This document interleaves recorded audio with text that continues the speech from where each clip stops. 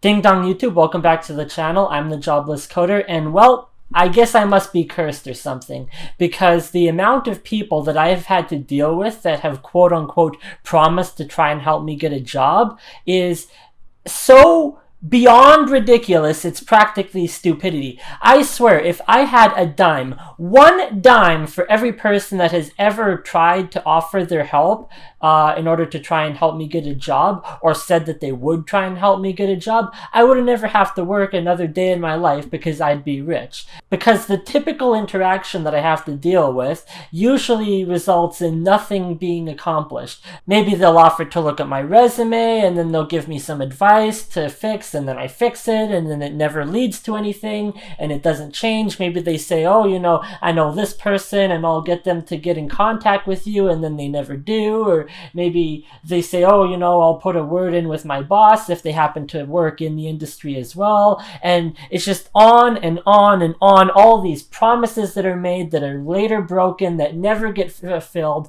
Nothing ever comes of it. It is so fucking ridiculous. I actually wanted to make a video about it today. I want to show you two recent interactions that I've had with people that will help to give you some understanding of the sheer stupidity that I have to deal with on a daily basis dealing with people like this. And everybody wonders, why is it that you're so angry at the world? Why do you just rant all the time about everything? I mean, if people really want to know why it is that I'm a nihilist and why I hate like 99.9% of people on the world, stick around and watch this video, and you might actually get to see some of the reasons why it is that I'm not too fond of other people, especially the people that say they want to help and then never do, and they're just, a bunch of liars and broken promises. Now, the reason that I think it's important to showcase something like this is that there are a lot of other people out there that are dealing with unemployment and joblessness or underemployment.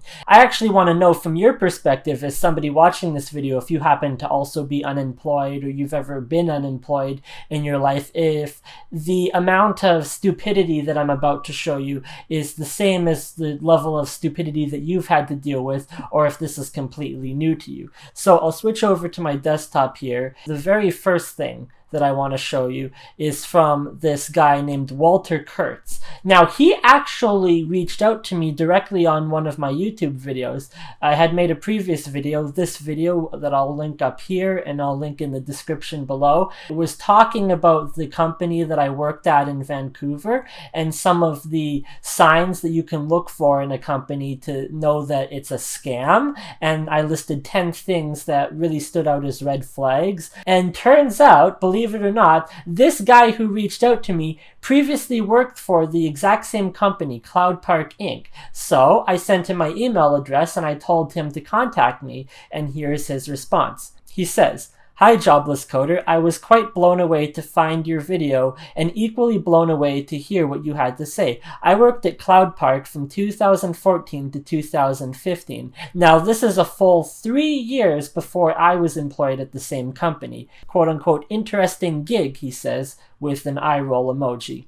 My response was, "Wow, really? Yeah, I honestly surprised that the operation lasted as long as it did. Far as I'm concerned, it's still a thing. One of the things I remember from my 10 months while I was working there that was really weird was how many people were quote-unquote employees at the company that I had never even heard of. Like every week, Tom would mention somebody who was apparently working for the company, and I was like, who the hell is that?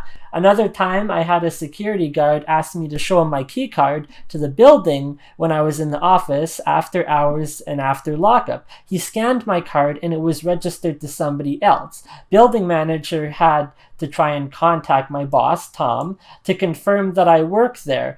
I recall the interview for the company being very easy. Like there weren't even any questions. Nothing about coding, nothing about experience, nothing about your background. None of this, tell me about a time when. It was more like a show and tell, showing me what they had built and asking if I could help to improve it. At one point during the summer, we got a new CEO whose name was Keith Coe. I was told he was coming to the office to visit once, but the last minute he ditched out to Dubai for some tech conference or something, and I never got to meet him. Later, when I filed a case against Tom, my boss, with Work BC because I had gone 4 months without pay, I effectively had to sue him for my money after the check bounced. The woman who resided over the case asked him specifically who the CEO was. Tom said it was Stephen Neroff. I said no, I thought it was Keith Coe. She asked him point blank who is Keith, and he refused to answer the question.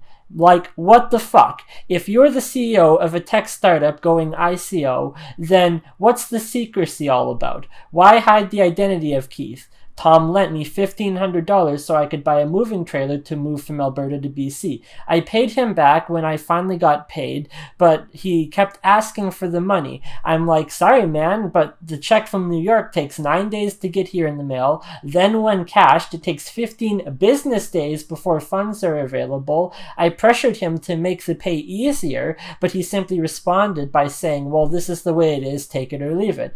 Mike and Oleg, who were co-workers of mine while I was employed there, told me that this has happened before regarding the late pay. Like, what the fuck? How can you afford to go 6 months without pay? I'm living paycheck to paycheck. I don't have 20 grand in savings to blow before I get paid. I just moved here with $0. I took out student loans and dropped out of university to work for Tom. Now, 2 years later, I still don't have a job. I've been unemployed for 2 years, bleeding from the pockets in student loans for a degree I don't even have because Tom fucked my entire life over. I ended up homeless and lost all my friends that year too. I still haven't fully recovered from the mental PTSD moving to Vancouver caused in my life. Hopefully you didn't get as fucked working for Mr. Miracle Man as I did. Worst mistake of my life.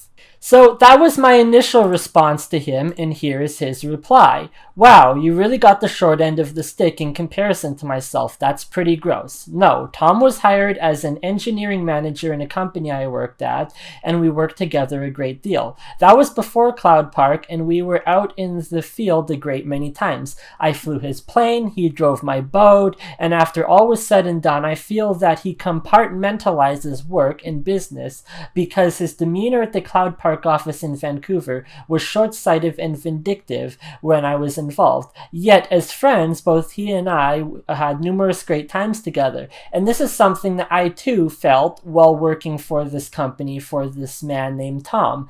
I always felt that, he was a decent person. He seemed pretty friendly. He would take us out for lunch and pay for the bill, and I got to go flying with him in his plane. But then when it came to, the business side of things, it was, very strict and to the book, and this is the way things are done, and absolutely no excuses, and it was like dealing with an entirely different person.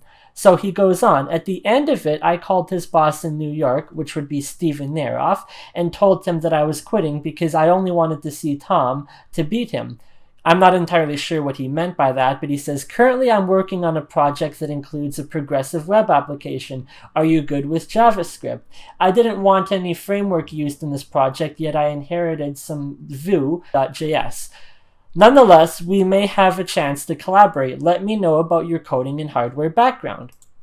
So I replied by saying, nor was he the same guy that lent me $1,500 as a personal loan when all the banks told me to fuck off because I was 21 with student debt and no credit or job history. I told all my friends I had the best boss in the world. I refused to believe he was as manipulating as he turned out to be because he was so nice. Sadly, some of the nicest people I have ever met are the ones who have hurt me the most. As a matter of fact, I do have a lot of JS experience. I was using CodeIgniter while working for Cloud Park. I was working full stack on the front end and back end, which was run on AWS 3 and connected using Redis. I don't have much in terms of portfolio that's public. I made this website last year in March to track COVID news. And this is the COVID Canada website that I had showcased previously. You can scroll down and see all the news articles pertaining to COVID. And I say, although all of the Cloud Park stuff was locked behind a login portal, I still have all the code on my computer. I can send you a zip file to show you some of the aspects of the website I worked on. I felt that I was actually doing real work. I made lots of bug fixes. I added tons of features like interactive tables and reporting charts. Other than that, I have a bunch of general coding experience, like making games, for example. And I sent him a link to this Halloween decoration game that I made a video previously previously in October about. So he responds by saying, "It is always the case with this stuff. I can't make ironclad promises, but what I'd like to do is set things up so that I could get you a contract for this project that I'm working solo at the moment. You've had a pretty shitty introduction into the industry, to be sure, but it isn't always that way. I started in the biz in 1985 and have been developing pretty much straight through. In one capacity or another, it has been extraordinary. What may be a good thing to do would be to cherry pick some screenshots that you can talk about." And so then he goes on to say, "Nothing ventured, nothing gained." And I found some screenshots that I had sent him. I sent here some screenshots of the website. His response was, "Looks good to me, Evan. I don't think you'll be overwhelmed at all by the project that I'm working on." Now that was February 2nd. And then 24 days later, on February 26th, after not receiving any response from him, I said, "Hello, just reaching out, wondering how things have been lately. I'm looking forward to helping you with the project. Just for your information, I've been doing a lot of React development lately, and it would be good for you to know." He says, "Sorry to say that we've got another guy working with me now. Or am I working with him? Question mark. Never sure. React.js is pretty cool. Hope you're making some serious coin."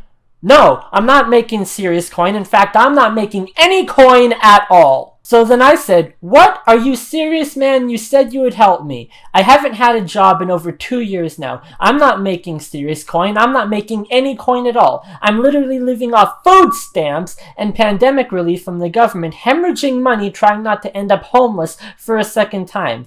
His response was, "Yeah, they hired a guy as a sales manager. He's apparently totally hooked up with the Asian market or something. Seems that he has a bit of technical background, so they tossed him my project. I'm pretty happy too."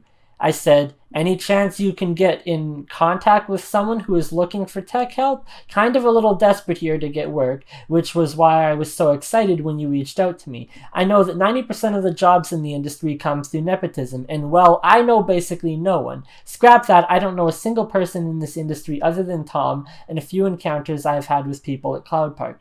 It feels like I'm fighting a losing uphill battle just to get noticed, and any time I make even the slightest progression forward, I end up 10 steps behind." His response was, "I haven't been out looking for quite a while now, so I don't know what it's like really. Sounds bleak. Send me a resume." So I did. I sent him my resume. And then he told me that he would send it to a colleague of his, and that was on the 26th of February. It is now the 20th of April, and I never heard anything back from him since then.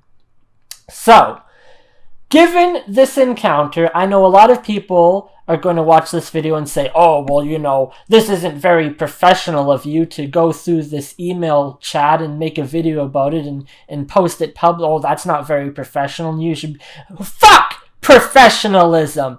Fuck professionalism. You want to talk about professionalism? This guy said that he would help me out. And yes, I realize that he did say in the email above, wherever it is, that he can't make ironclad promises. So yeah, I understand that, you know, he wasn't guaranteeing me the ability to have a job when he reached out to me. But if you are going to say to somebody, "Hey, I want to help you get a job," and then you don't do jack fucking shit, don't be surprised when people get pissed off with you. And I don't know this Walter guy, if he's watching this video too, but I'm not very pleased with the encounter that I've had with this guy.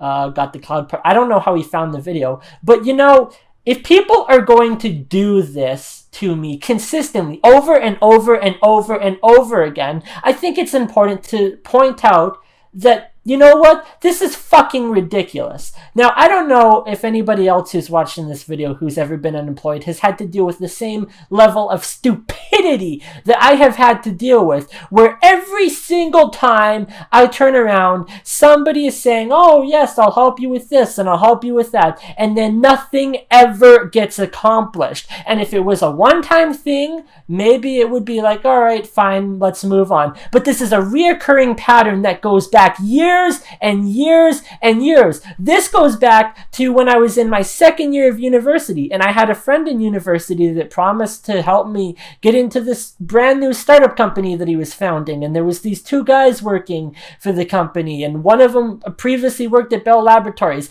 and I was promised, oh, this is going to be wonderful, and they're going to teach you so much, and you're going to learn more working with them than any university class would be able to teach you. And then that fell through, and then when I got the job with Tom, and then that fell through, and then it was just time and time and time and time again that people reach out to me and they say, hey, I noticed you're out of work, or you're complaining about being unemployed. Maybe I can reach out to this contact for you. Here's an email, here's a phone number to phone, and then nothing ever gets accomplished. Now, I don't know how else to describe it other than to say that it feels like I am somehow magnetic in some particular way that attracts these types of people into my life, where either it's an explicit scam, that the jobs that I'm offered are either explicitly a scam or they're extremely shady. I don't know why it is that all of these people, it seems that the only people that ever contact me are these types of people who drop the ball or nothing ever goes anywhere,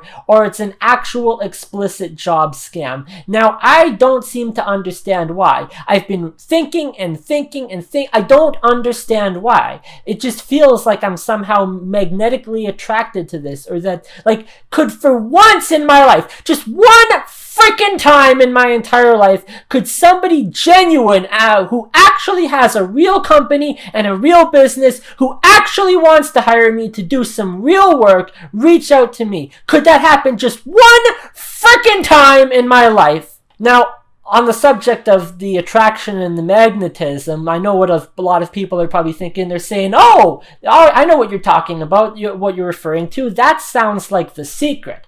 The Secret, if you don't know, is some pseudo-scientific bullshit hypothesis that basically says that whatever you desire, that you put out into the universe, is going to attract it in. So if you desire to make $1 million or be super successful, then the universe is somehow going to manifest that within your life. Now, it's not going to be like a miracle where you snap your fingers and a pile of $1 million of cash just appears in your living room.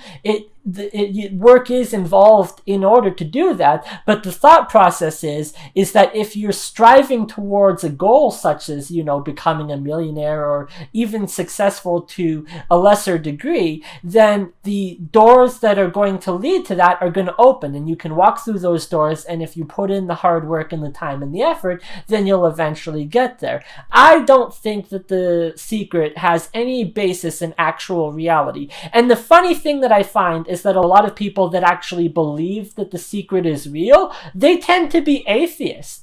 And that makes no sense to me, because they'll say, oh, God doesn't exist, and religion is bullshit, and the Bible is just a bunch of fairy tales. But here, let me tell you about this pseudoscientific garbage that I believe, that basically says that whatever you believe in and whatever you pray to the universe is just going to manifest itself within your life. Well, if there was any actual validity to that, then I would have a job by now, because I have been desiring to work in the computer science industry since I was 6 fucking years old. You tell me what 6-year-old knows what they want for Christmas that year, let alone what they want to do with the rest of their life. My entire life, the only passion that I have had is programming and technology and computers. So people say to me all the time, oh, well, you've had this really bad run-in with the computer industry and it's not working out for you. Nobody wants to hire you. Maybe it's time to move on. Maybe it's time to, look for jobs in other fields.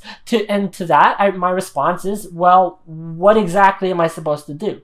Like, genuinely, that's the question. What am I supposed to do with my life if my entire life, my entire number one passion that I care about is computers and technology and programming? What am I supposed to do if not that?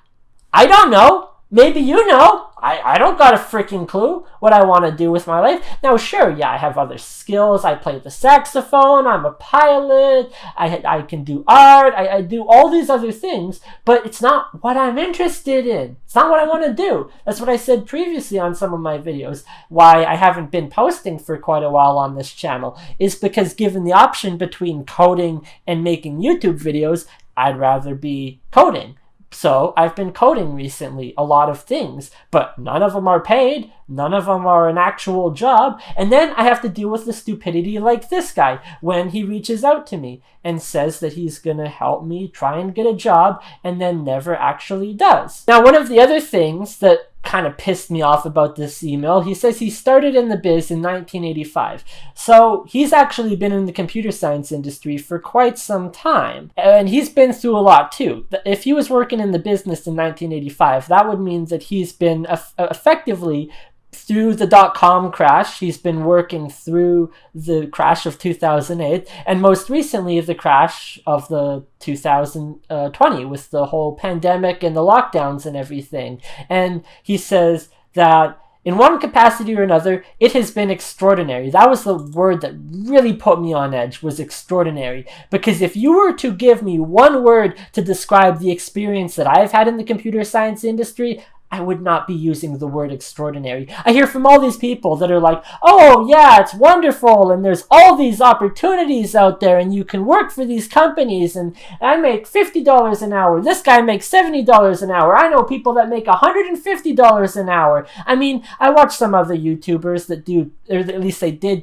previously, technical related stuff, like John Somnes. Now he runs the Bulldog Mindset channel that he's been doing with his whatever courses and things of that nature. And he talks about how his first job was like an internship making $70 an hour in the computer industry. That's 70 US dollars too, by the way. I'm like, fuck, if I could get a job making $30 Canadian an hour in this industry, I would be happy. And yet I know people in this industry that balk at the idea of making less than $150,000 a year. They won't take a job if it's less than $200,000 a year. Now, some of these people that I know are specifically in the consulting area of things, and when you get into that side of, consulting, then you can pretty much charge whatever you want. But I'm like, are you fucking kidding me? You wouldn't work for $150,000 a year? You know how many people are working for $30,000 or less flipping burgers at McDick's, and they would love to have even $50,000 or $60,000 a year, and you balk at the idea of $150,000? Like, fuck, man, the entitlement. My fucking God, the entitlement in these people. Now, I do have to move on with this video, so I'm going to show you the second interaction that I mentioned that, I deal with these people all the time, and it's just absolutely stupidity. So this guy, his name is Wolf Guy on Discord. I have no idea where I even met this guy, to be completely honest. It looks like the first messages were from December of 2020, but I guess he had mentioned something about being a coder or looking for jobs or whatever. So he told me to reach out to him. So I say hi, and he says, hi, how are you doing? He says, well, we have a couple projects in mind, and I see you do code like games, and we want to invite you. I said, certainly. So you said you guys live in California? Yes, we work in California. Some of the team is from there, but not all. Once the project is complete, we have considered to move to Mexico. Same weather, but half the price as the other California.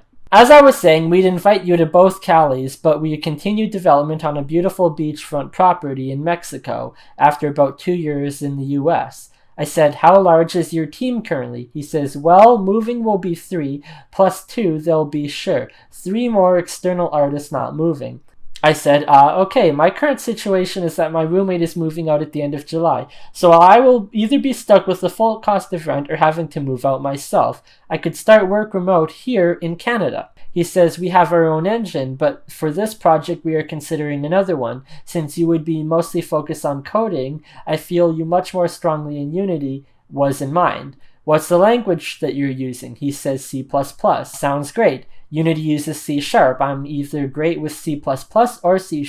I can do mobile dev as well. He says there was a project we kind of dropped, but that our contact again. He says this person basically wanted a walking sim, but for tablet, phone, computer. He asked, is that possible? I said like an MMO where multiple people are in the same world. And my thought process at this point is thinking about something like the VR chat. He says yes and no. It's not a video game, so it's only talking and walking. Would be great if you can tell us how much you would consider for fair pay. So I say, all right, so this is an app. Yes, I can do that. Do you guys have a website, by the way? He says, we stopped paying for our website. We just weren't getting the sales that they were before. And he says he has a Facebook page. I said, sure, send over some pics for me to see. If you guys know C++, it's really easy to pick up C#. He says, I won't lie, coding stresses the hell out of me. We are looking for the other guy and with you to help be full-time coders. My health isn't at its best, and I was seriously told you that I need to be happy. So God knows how to do that, but reducing stress is part one. You thought about a price? I said, can you tell me where in California you guys are located so that I can look into the cost of housing? That way I can know what to charge. He says, we'd cover that, but the place where the other guys are at is Villaggio, however you say that, Villago, California. Are you guys living in a tech incubator? Does $50 an hour sound fair? I'm not sure if you're planning on paying by hour or salary or whatnot. He says, no particular office. We work by project. We specify what we would do and set a price, and it's paid when it's done. In how many hours would it be ready? So here's where I'm starting to get a bit suspicious, because he says, how many hours would it be ready? But he hasn't told me anything about the project or the size or the scope. A prototype first. I say, I have no idea what you were wanting to create, so I need more information to know how long it will take. I don't do a 9 to 5 routine or anything, but I get into a rhythm and can code for 16 hours straight and get a ton of stuff accomplished. Speaking of coding for 16 hours straight, I want to take this break to inform you that I will be doing a 24-hour live stream coding event on Friday. It'll be from probably 10 a.m. if I get up that early, 10 a.m. Mountain Standard Time, which will be noon Eastern Standard Time, and it'll go for 24 hours into the next day, and the entire thing will be nothing but coding. I won't even be taking very long breaks, maybe one break to make food, and other than breaks to go to the bathroom, I plan to be coding the entire time, and I'll be live streaming the whole thing. So if you're interested in that, make sure to subscribe to the channel for when that happens. He says, we will be happy with a set value, a pay per project completed. He says he'll answer any questions I have. Please tell me a budget as quickly as possible. We are initially looking to provide the client the following: a game area where users can log in and voice chat with each other and chat too. Use character gestures and customize their avatars in store. So here again, I'm thinking something along the lines of VR chat. So I said it's a socializing game. He says it's like that, technically not a game, just a walking and talking sim. I'm not entirely sure what he means by that, but like I say, the thing I'm thinking about here is the VR chat. He says the project is a commission, so we didn't create anything for it as we work most in real life. That's what we want you to come here. We are old school. We even use paper still. Not a lot, but some. Actually, little known secret, a lot of tech development places will still use paper for algorithms and things of that nature. Write it out on paper first and then put it into the computer is probably the best way to go about it. I says, well, I do want to come, but I mostly realize the cost and added stress of moving to the US from Canada in the middle of a lockdown and a pandemic, which is also worth noting. You can't just drive across the border. It's still shut down. I basically said, is there any way that I can work remote to start? He says, would it be safer to get a plane ticket? Well, do you have a price idea? And I said, again, now for the second time, my price is $50 an hour. He says, how many hours would you need? Again, not telling me anything about the project or the scope or the length. How many hours do you need? I don't know, 500 or 5,000? Who knows? I don't know what he wants me to do. Yes, I can travel. I can spend weeks in California if you need. I just can't move there permanently, at least not yet. Do you guys have a group Slack or something for the project, or here on Discord? He says, it's not our project, it's a commission. I can give you means of contact, but I'll have to ask them first. I said, okay, so you're running a consulting studio. He says, no, we are indie devs and contact with this project. Okay, so I wish him a Merry Christmas. Have you had a chance to put some thought together? I said, yes, I'm very interested in helping you guys. He says, helping? So you want to join us? I said, yes. Awesome. As for travel and stuff, I can travel to California assuming expenses are covered. Rent is cheap here, so if I make enough, I could technically still live in Canada, but I could be working in California. He says, sounds fine. I say, California is really expensive to live. I figured I would need about $50 an hour or $8,000 a month or a salary of $100,000 $50,000 a year, regardless of how they pay. He says, oh, so you want to be an employee? I say, yes, I do want to be an employee. Technically, I would be a contractor if I was an employee, but you'd be responsible as my quote-unquote boss. What you're asking is very hard to quantify. I still know very little about what this app does. Like, will users have to create an account to log in? Will there be message and texting? Does geological location play any role in the app? Is there a similar app already released? If not, what is the closest app and what you want to build? That way I can get some ideas and inspiration. And I say, I assume you guys are working a standard 8 to 5 hours, 5 days a week. He says, we work for project. You say sometimes you don't code, some days you code 20 hours a day. Yes, I average it out. On average, I usually code 50 to 60 hours per week. He says the app will be an environment where players can join voice chat to text, but vanity items that they can also buy, such as clothing or whatever for their character. Okay, I would estimate a 6-month minimum for the project like this. A user system means you'll need a database. I would either recommend going with S3 or using Google's Firebase storage. Text-to-voice chat will probably be 1 to 2 months of the 6 months just to build itself. When you say avatar, I'm assuming you mean 3D, so we'll need 3D artists and modelers to flesh it out. He says, yes. We have a diversity of bodies, frameworks, mouths, etc. He says it's literally just a walking sim and a chat for a private community as far as I can see. Sounds fun in my opinion. And then I ask about long-term support. He says, we want to release with no bugs nor need anything to be fixed. The 2 others will follow your directions and help but not solve problems directly. I said, well, that's impossible. There are always going to be bugs that won't be identified until after release. The trick is to mitigating that as much as possible. He says, I have to say, we have never had a bug or glitch post-release, which doesn't sound very realistic. If you have done any kind of development in the software industry for big company, small company, indie company, doesn't matter. To say that you have never had a bug or a glitch post-release doesn't sound like this guy's even real. Like, is this guy even real? So I say, well, that's a good track record to have. He says, this is not mobile specifically, and our games are too heavy for mobile. I said, okay, mobile development is a bit different because there's so many versions of the Android software, so many devices to test on, screen sizes and resolutions, it's almost impossible to test every possible configuration. I don't know what you think it might be useful. With a browser can access it right after installing a plugin thing. So I'm talking about WebGL on Unity and how I made a previous project that was similar to one of the Jackbox games, and it was using WebGL. It was made at a game jam. And so then he says, okay, so $50,000 in 6 months? I said, yes, that's half of 1 year. It's 50,000. That's 100,000 year salary. He says, and for maintenance and changes after that, which is funny because he just said that they won't need any post-release support because they don't have any bugs. And then he goes on to ask about maintenance and stuff afterwards.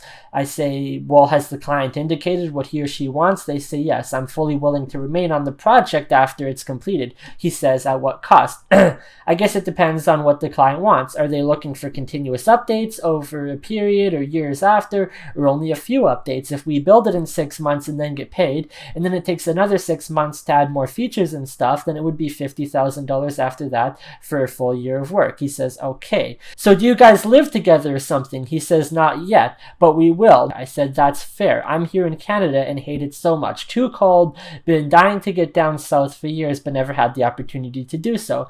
And here's where things fall apart. He says, well, if you wanted, as I mentioned before, to join us, but as an actual part of the team, we are open to that. We are actually looking for people to join us also in a project living on a sustainable environment near the city, but on the outside of a private beach area. Sounds like the perfect idea, but constantly evolving with the option of everyone involved. Originally was far from any other living being, then it was in the city. Now is somewhere between rural and the rural area. And so I say, well, I'm going to be honest, I'm not super big into the whole self-sustainable commune type of thing, and growing your own food. Farming is hard work and it takes a lot of time. So I'd rather just, buy food processed at the grocery store so I can spend 20 hours a day coding instead of spending my time planting crops and tending the fields. He says, well, yes, but 2020 has scared us a bunch and they didn't have bottled water or bread, I guess. So I say, yes, I know what you mean. Thought some crazy politician in the US started banning the sale of seeds or something like that. He says, we have a botanist and a chemist on the team. So this is where it also gets really weird. I thought they were a coding team, and yet one of them's a botanist and one of them's a chemist. We'll be growing things in smart chambers. I say, that's really cool. Are those avatars you mentioned all human? And or do you want fictional creatures or stuff? This is in relation to the project itself. So at this point, I reached out to my friend in Lethbridge, the one that I've been building these games with, who helped out with the Halloween decoration game, and mentioned the whole sustainable commune thing. And he told me, dude, no, drop it. Just don't even talk to this guy anymore, because he's absolutely totally scamming you or whatever. And it's like, well, yeah, I mean, you hear about a lot of these stories about these whatever hippie liberals in California where they want to run some self-sustainable commune, and they think they're going to be able to plant full-on crops in their backyard, and they're just going to grow, or like they have no idea what farming's like. And I know enough about farming to know that I would not be good at it, nor would I want to spend most of my day farming. But these people think, oh, we're just going to, live in some kind of socialistic type of commune. It's weird.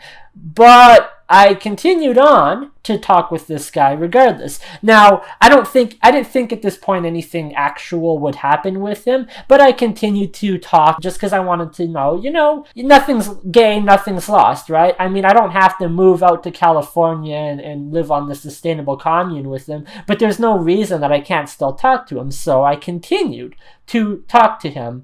At that point, I asked him how old he is. He says he's 32. He feels like everyone is younger and younger, and then I feel the opposite. So we start talking about the furry fandom, and he's talking about other people in the fandom, and I mentioned how I know a lot of people that are, in their 30s, and they look like they're 22, they look really young. They start talking a bit about relationships. He says he hasn't ever been on a date, and so I'm talking about how I haven't been on a date either, and he's talking about happiness. I mentioned that, if I could just get a job or, some formal, stable source of income, then I could be happy. And he's talking about, if he could get a relationship, then he could be happy. He says he has 2 master's degrees, a regular degree in software arts and business. He says qualifications don't matter. Portfolio didn't matter. It's all about being the right person at the right time in the right place. And that is something that I tend to agree with. I absolutely believe that degrees and qualifications don't matter, especially when everyone has them. They don't mean shit. I mean, I know somebody who works in Microsoft, for God's sakes, doesn't even have a high school diploma. Not even a you want to talk about not having a degree? This guy doesn't even have a high school diploma, and he works for Microsoft. So, don't tell me it can't be done. So I talked about my move to Vancouver and some of the things I had to deal with right there.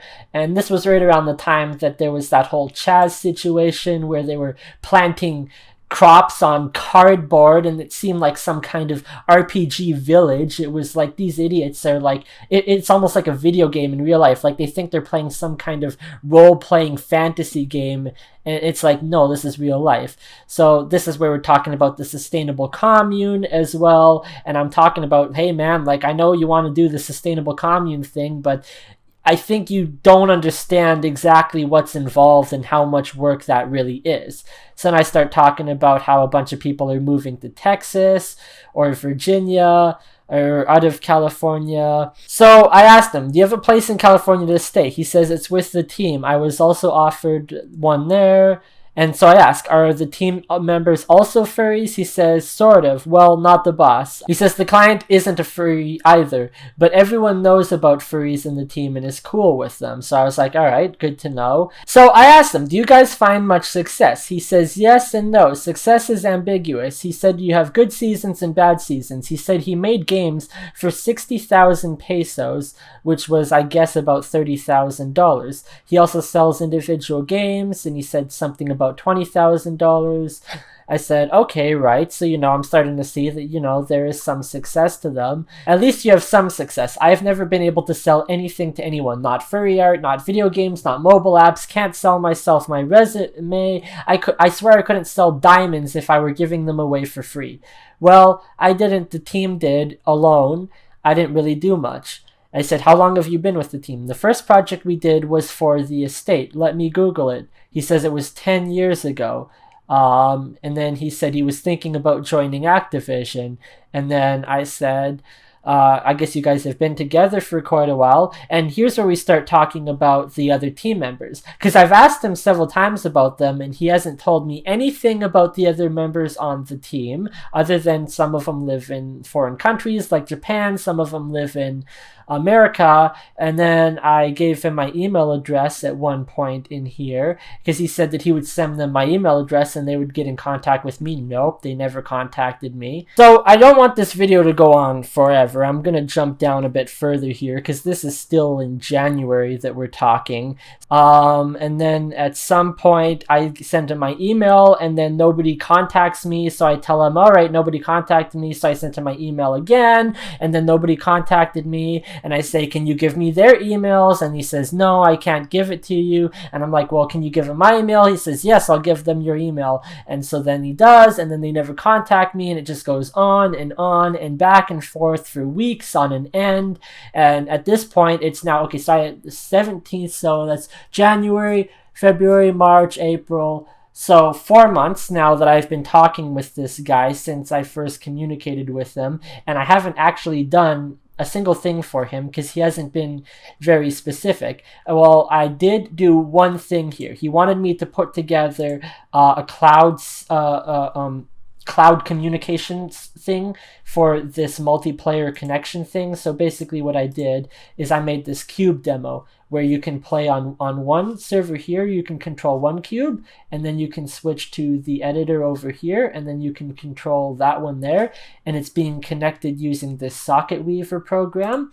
So I was like, all right, can we get started on the project? And then it was at this point that things start to fall apart again. He says, let me know how much you would want for that. I think I mentioned before, users can register and browse, and you need approval to interact. I said, do you have a project plan? He says he'll cover it tomorrow. He says, well, we like to skip steps to get things done. I bet you can tell by now that we're different, unconventional. I said, what do you mean by skip steps? I said, yes, I can tell that. Skip steps. Why plan when you can just jump right into the action? That right there is probably the biggest red flag in this entire conversation.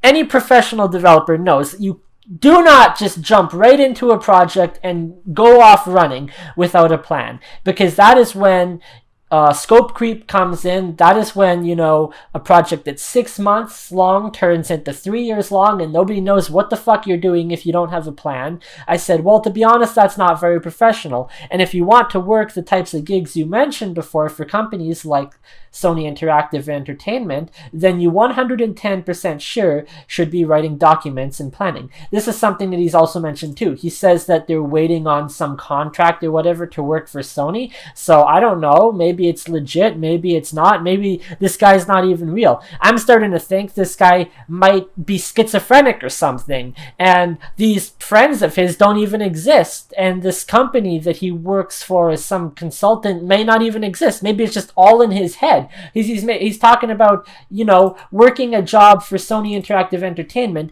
but then up here he's also saying, oh, they skip steps and they don't do any planning. Why would a company like Sony invest money into a small indie development studio if that studio doesn't do planning or coding or documentation? Like, that's the least professional thing I've ever heard. Why would you get a contract to work with Sony if that's the way you operate your business? He says, but yes, games are a cool thing. PS only. I said, how's the contract going? He says, it's weekend. I doubt there will be any progress for now. He says, we are on vacation, but next week I can give you a couple office emails. I said, all right, thank you. And then I said, hi. He says, hi, how are you? Stressed. Why? No job. Yes, still no job. Yep, I have no income. Landlord is threatening to kick me out. why don't you try and work with us in one extra project as we were work? He says, I mean, what do you have to lose? I say, I've been wanting to, but you need to give me a task, something tangible that I can do for you. He says, well, the game site is almost complete now, not something I need anymore, but you can talk to people from the team and other stuff to get you a set pay or percentage. I said, what's the link to the website? Curious to check it out. He says that it's almost ready. What kind of project are you working on at the moment? He says he's on vacation at the moment. Vacation? Where to? We're all in the lockdown. Vacation as in no work until Monday, so it's a staycation, I guess. I said, how long do you think before Sony Entertainment Interactive makes a decision? He says, I wish I knew. He says, could you be online with two people in a voice demo thing and have this chat and text functions? You could do a game in the cloud, not downloadable or play behind a paywall, I suppose with the Unity plugin as well. If you can reply ASAP, I'd appreciate it. I say, I'm online, do you want to do a screen share? And then this is where I ask him, do you use GitHub? No. And he's previously told me, okay, so this is a development team. They don't use Discord. They only contact by email. They don't use GitHub. They don't use Slack. What the fuck are they using to develop these projects if they're even real? I said, how do you share the project files? Just to download a link of a demo, ? You guys have a website for hosting then? We wouldn't allow this at the moment. And he says Dropbox with a ? Dropbox can work. I've used it before for personal stuff. He says, I'm throwing in the idea of streaming. Is it possible? I say with various third-party tools. And he asks me again, now for the 10th time, how much would I like? I say this time, okay, $40. Is that reasonable? Previous I was saying 50. He says, and in how many hours would you handle that? And I say, do you have a scope for the project? It's kind of hard to estimate something that I know very little about. I know you want cloud services. I know you want streaming. I know you want voice chat or something. But beyond that, I don't know anything else. I can sign an NDA if you need. He says, okay, we want a site where people can log in after registration and validation and are able to use pseudo social network with no functions beyond PM and adding friends. Shout posting like an FA or uploading pics. I say, so it's not a game. This entire time I thought it was a game. No, it's not a game. It's a website, actually. And he says, initially it was a game, but you know how life is. And I'm like, the good old pivot. So yes, it was a game, but now apparently it's a website that he wants me to build. And so then he goes on to ask, we talk a little bit about moving to California. And I guess I didn't know this, but in order to get a visa to move to the States, you have to have a specific degree. And I was like, I didn't know that. I don't have this 5-year degree that you're talking about. He says there's other types of visas, so I guess there's other means that I could move to California if you know this guy's legitimate. So then he's asking more questions about how long it'll take for me to finish. And I'm like, finish what? You literally tell me no. Okay, so now it's like, well, you mentioned you want a game, but you also want it to be in the browser, you want it to be streaming, you want to have avatars, but where am I going to get these models from? You haven't given me contact to any of the people on the team. Am I just supposed to create 3D models out of thin air? And what is the theme of this game? Is it futuristic? Is it realistic? Is it medieval? I don't know. And then you start talking about fur affinity, and then I'm like, well, what is it? Is it a social site? Is it Facebook? I think this guy wants everything. He wants a Discord chat app that does Facebook messaging that's also a game, but not a game, that's part virtual reality, and it's in the browser on the web, and it has online purchases. It's like, holy shit, what are you describing here? I literally have no idea what this guy wants me to do. And so then just yesterday, hello, just checking in and wondering. So now again, I don't know what I want to say to this guy. If you made it this far through the video, I want to thank you for listening to all of this rambling of mine. I didn't want it to take as long as it did, but it kind of had to, because I needed to show you this is the level of stupidity that I deal with all the time. And like I said before, if it was just a one-off thing that happens, out of the blue, then maybe I couldn't get so upset. But when every single flippin' person that contacts me that wants me to do a website or a game or something for them is exactly like this guy, maybe not exactly like him, but they don't tell me anything about the company, they don't tell me anything about what it's for, they don't tell me any specific details, and then they start asking questions about pay, and I'm just like, all right, at this point, I don't even think you're legit. I don't. It sounds like a scam. And like I said before, he's talking about this socialist commune that they want to create. And my other friend telling me, dude, don't even talk to this guy anymore. It's totally a scam. But I'm probably going to continue to talk to him, because what else am I going to do? It's not like anybody else is contacting me with freaking legitimate work. I mean, unless you're somebody who's watching this video that has connections to somebody in the tech industry, or you maybe work in the tech industry yourself, and you're thinking that you can maybe try and help me get a job, and you can actually do something instead of just making broken promises, then I'm open to, talking with people, leave a comment in the description below and I'll reach out to you and we can maybe collaborate on something together. But this is why I hate the fucking world and I hate everyone in the world, just because every single interaction that I have with people is like this. Everybody wonders why it is that I'm so negative and why it is that I'm always ranting about everything and why it is that I'm so nihilistic. Well, this is why. I was never this way before. I used to be a happy person. I actually used to smile. I actually used to enjoy living life. I actually used to have friends too. But then you grow older and then you graduate from high school and then eventually you realize that, life after high school, nobody gives a shit about you. Friends after high school practically don't even exist. And then you realize that, all these people that you went to school with, all these people that you thought were that were your friend, you could be dead in a ditch, overdosed on heroin, and most of them won't give a shit. Most of them won't even know that you're dead in a ditch, overdosed on heroin. And if they do, some of them might even laugh. Some of them might even be ecstatically excited to laugh at the misery that you have brought into your own life and say, ha ha, look at him and how miserable his life is. Look at what a fucking piece of shit he is. It's like, wow, you actually used to be nice in high school. Now you're just a hateful piece of shit. And then you wonder why it is that I became a hateful piece of shit too. Because the entire world operates like this. Nobody gives a shit about anybody else. Everybody just lies about this and they lie about that and they lie about a job and they lie about caring about me and they lie about, and then like, whatever. I guess that's just the way it is. Welcome to life, motherfuckers. So, I don't know. I mean, that's about all I have for this video. I know it's gone on quite a bit. If you have similar issues with people that, lie to you all the time, perpetually over and over, or they promise you jobs that don't exist, or the only people that ever contact you are shady motherfuckers like this guy from California, I don't know. Just let me know in the comments below what you think, and I hope you enjoyed the video. And thank you for watching. Other than that, I'll see you on Friday during the 24-hour live stream. Next time.